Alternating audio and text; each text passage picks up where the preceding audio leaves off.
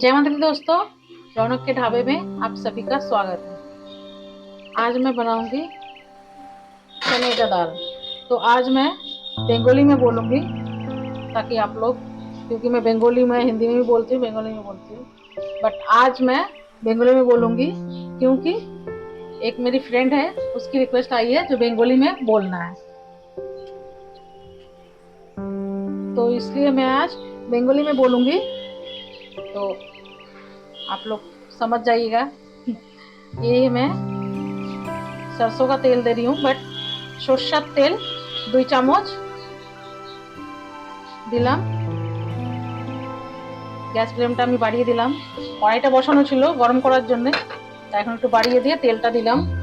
আর এখানে আমি পনির নিয়েছি, পনিরটাকে একটু গায়ে হলুদ করে দিই। একটা পড়ে গেল কড়াইতে। আমি এটা একটু লবণ দিয়েছি আর একটু লাল গুঁড়ো, লঙ্কার গুঁড়ো আর একটু হলুদ। এই যে একটু এটা পনিরের গায়ে হলুদ হয়ে গেল। এবার আমি এটা একটু ফ্রাই করে নেব।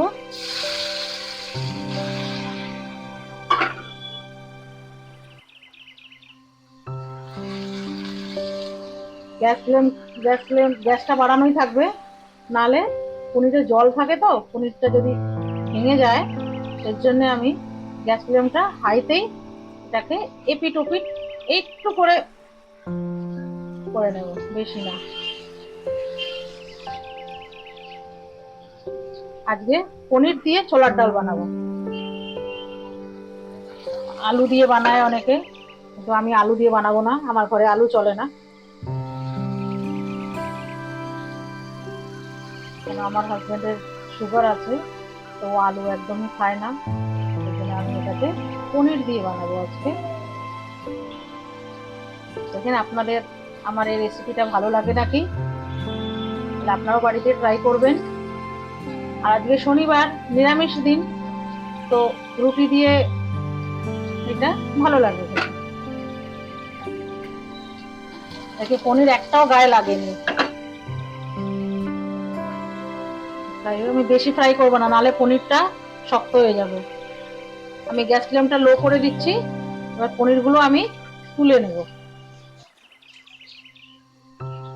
এটা কিভাবে ভেজেছি, হালকা, শুধু পনিরের জলটা যে আমি ইয়ে করে নেব, আর কিছু না। আমি বেশি লালও করব না।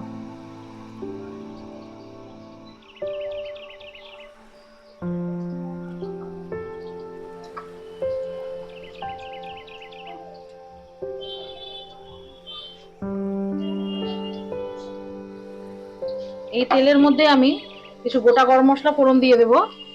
এই যে যেরকম দারচিনি, এলাচ আর দুটো লবঙ্গ, এই তেলের মধ্যে আমি দিয়ে দিয়েছি। আর এটার মধ্যে দিয়ে দেব আমি সাদা জিরে,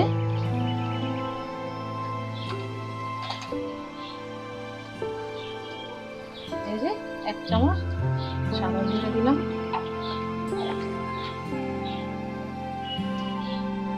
আমি এরকম করে দেবো।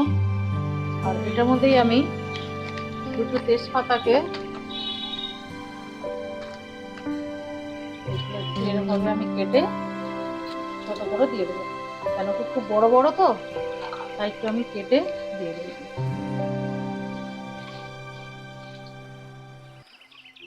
খুব তাড়াতাড়ি হয়ে যায়। এটা ফ্রাই হোক।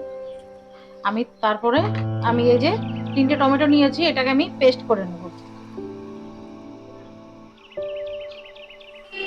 এরকম আমার তেজপাতাটা ফ্রাই হয়ে গেছে। এবার আমি এর মধ্যে 4-5টা গোটা শুকনো লঙ্কা দিয়ে দেবো। এটাকে আমি একটু নাড়িয়ে নেব। লঙ্কাটা একটু ফ্রাই হয়ে যাক, স্মেল আসুক।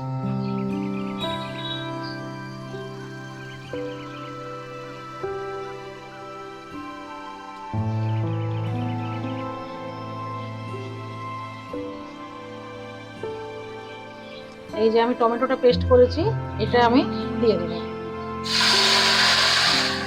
আপনারাও মনে করেছেন যে ছোলার ডালে টমেটো কে দেয়, একবার এইভাবে বানিয়ে দেখবেন।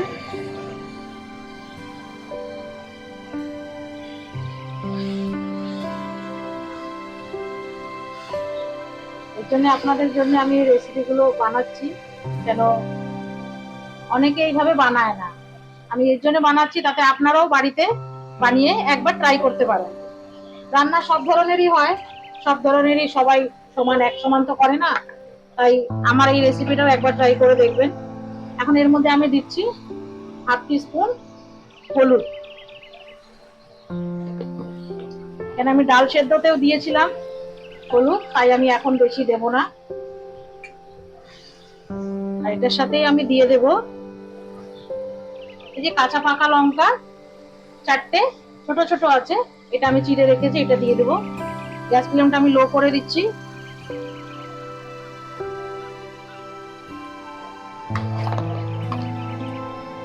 আর এটার মধ্যে দিয়ে দেবো আমি এই 1 চামচ ধনে গুঁড়ো। আর এই চামচগুলো কিন্তু খুবই ছোট ছোট, আপনারা সেই অনুযায়ী দেবেন।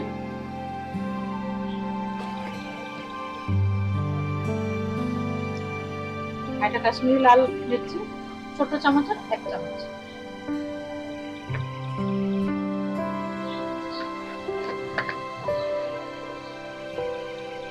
আর এটা হচ্ছে ঝাল, ঝাল বেশি দেবো না, ছোলার ডাল যেহেতু একটু মিষ্টি মিষ্টি ভালো লাগে, তো আমি মিষ্টিও বেশি দেবো না, কেন আমার ঘরে বেশি মিষ্টিও পছন্দ করে না।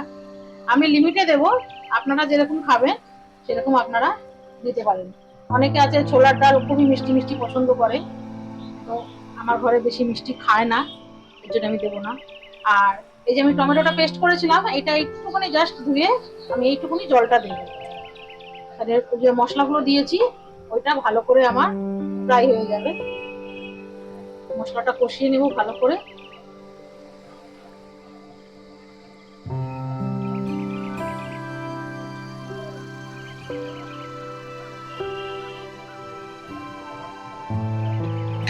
আমি এখন লবণটা দিয়ে দেবো 1 চামচ। এখন 1 চামচই দেবো, কেন আমি ডাল সেদ্ধতে লবণ দিয়েছি, বেশি হয়ে যাবে, ছোলার ডালে বেশি নুন ভালো লাগে না আবার।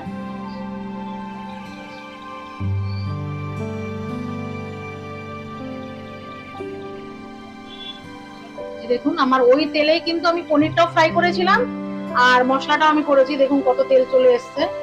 দেখতে বোঝা যাচ্ছে আমাদের মশলাটা ভালো করে ফ্রাই হয়ে গেছে।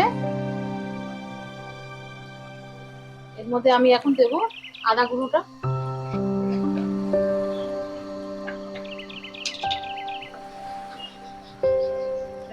অল্প একটু আদা পেস্ট হয় না আমার কাছে, এই আদার পাউডার আমি বানিয়ে রেখেছিলাম, এই আদার পাউডারটা আমি দিয়ে দিচ্ছি 1 চামচ। আর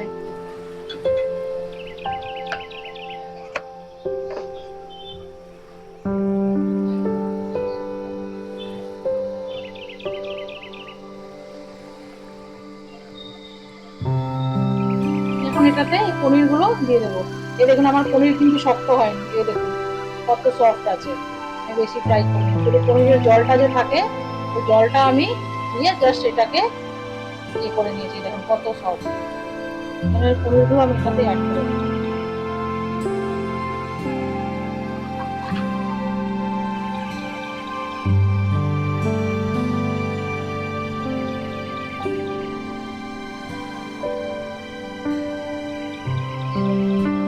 পনিরটা দেখুন কত সুন্দর লাগবে দেখতে।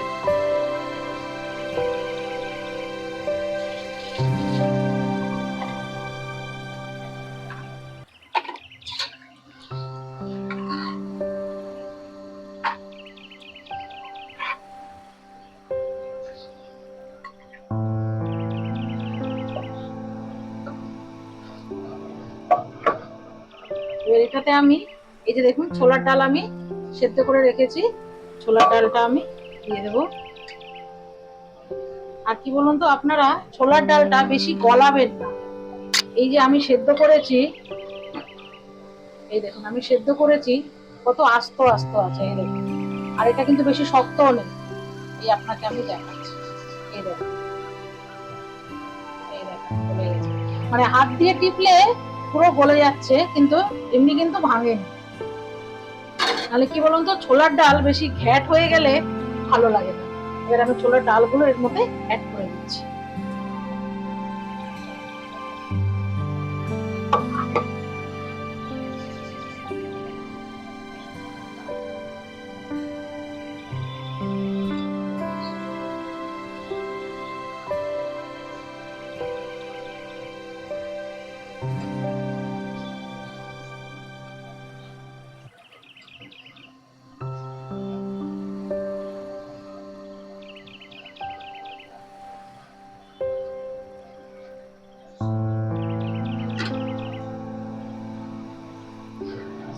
এই দেখুন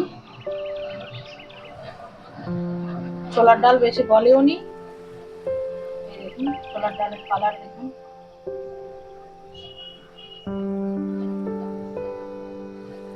সেদ্ধ করার সময় শুধু লবণ আর হলুদটা দেবেন, তাতে ছোলার ডালের কালারটা খুব সুন্দর আসে, সাদা সাদা থাকে না।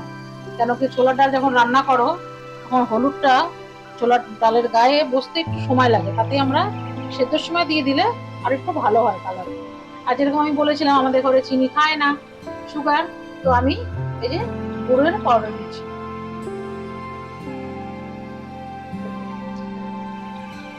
2 চামচ গুড়ের পাউডার।